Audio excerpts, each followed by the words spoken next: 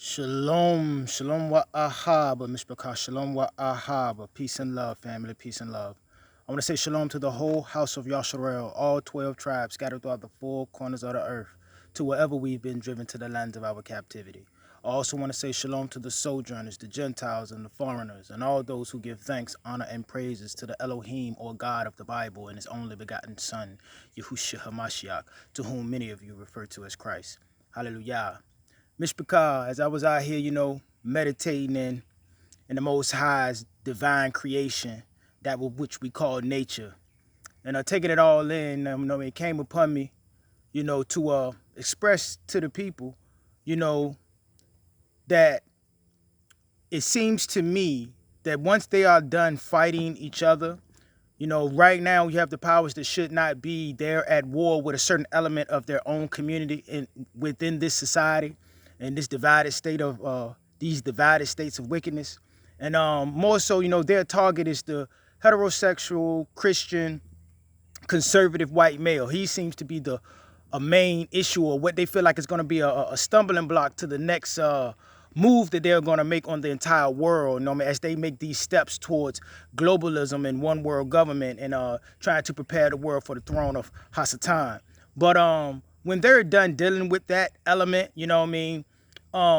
when they're done their civil war, when they're done fighting with each other, I can't help but to see that they are going to eventually come after those who are living in the truth.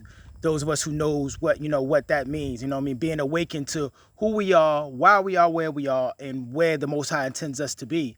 That those are going to be the next targets, because these people work for that element that has been living in a state of lies and falsehood for quite a few, 100 years. You understand that, Mishpachah? And that's a threat to their way of life and way of living. And these people are in control of high levels of this society in almost every level, and they're going to use their control in order to deal with those who are living in the truth. And just them living in that truth exposes their lie.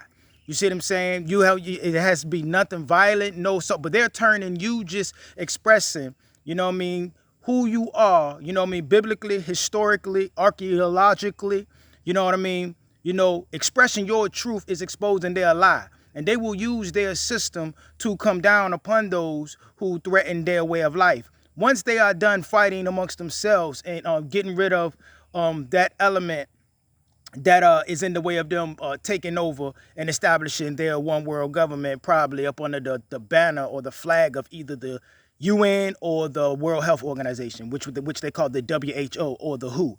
One of those elements, if not both, is a part of their plan. And the heterosexual, Christian, conservative white male is in the way right now. The guy that's going to fight hard for the Constitution and for the stance of the country as it is now, he's in the way. And when they are done fighting each other, when they done dealing with him, I firmly believe that they are going to come after those of us who are living in the truth. You understand that, Mishpachah? The writing is on the wall, and the irony of it, or the a paradox, oxymoron, whatever word goes best for this point I'm gonna make before I get out of here, Mishpachah, is right now, slow-mo Jim Crow Joe Biden is far worse for our people who are here in this land of our captivity called these divided states of America. He's far worse for us right now than Orange Man Bad or former President Donald Trump. Donald Trump is a better selection for us right now, with where we are at right now in this situation. If you had to play between either two, I would have to advise you to go with the latter. To go with Orange Man Bad, former President Donald Trump. But later, because of his connections to those who are living within that lie, which your truth exposes their lie, he's heavily allied to that group of people within the world. And once he's done dealing with, if that side comes out on top, because he's a part of that element that the people that are in control now want to get rid of.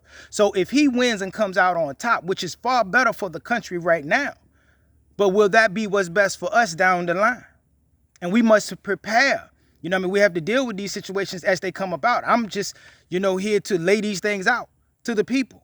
Same way I do, to my family, to say that, I can't say, that Joe Biden is a better choice for us that are trying to buy land and establish ourselves and pay lower taxes and build up our own communities and establish entrepreneurship and businesses and start getting ourselves together as a people, you know what I mean, economically, and as far as maintaining our freedom of speech and maintaining our freedom of religion and maintaining our Second Amendment rights to be able to protect that which we build.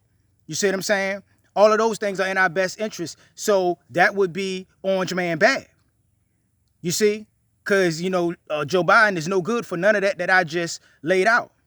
But when it comes to us living within our truth, within these things that we build, those people who have power at a lot of levels within all societies and who are heavily allied to Donald Trump will then use him to maybe squash out that truth. So when they done fighting each other, where you think they're going to go next? And with that, Mr. Carr, I'm going to go ahead and get out of here. And always remember to keep the fire burning. A little more oil in my lungs. Hallelujah, Mr. Carr. Keep your eyes open. Stay prepared so you don't have to get prepared. And remember that your redemption is near. Until we meet again, Mr. Carr. Kumar Yasharel. Qam Yasha Allah. Rise Yisrael. Shalom. Shalom. Salam, Mr. Carr. Hallelujah.